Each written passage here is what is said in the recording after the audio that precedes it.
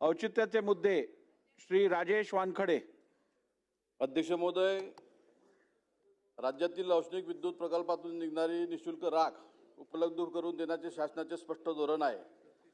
अमरावती जिल्ह्यातील माझ्या तिवसा मतदारसंघातील रतन इंडिया विद्युत प्रकल्पाद्वारे शासकीय धोरणाला हरताळपासून व्यवस्थापनाकडून शुल्काच्या नावाखाली प्रति वाहनामागे 1350 रुपये अवैधरित्या वसूल केले जातात. एकीकडे सरकारी प्रकल्पासाठी शासनातर्फे राखेच्या वापराला प्रोत्साहन दिले जाते आणि अशा हैसियतच या वाहनांकडून 1350 रुपये घेऊन फक्त 350 रुपयाची पावती दिली जाते. या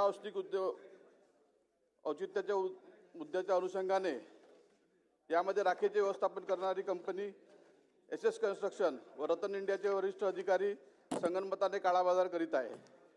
या सर्व याच्यावर कारवाई होणे आवश्यक आहे. त्याचप्रमाणे विद्युत प्रकल्पातून निघणारी राख दरवर्षी शेतकऱ्याचं आजूबाजूच्या शेतकऱ्यांचे नुकसान होते. कृषी विभागाद्वारे नुकसानीचे मूल्यांकन करून सुद्धा अद्यापही त्यांची नुकसानीची भरपाई शेतकऱ्यांना देण्यात येत नाही.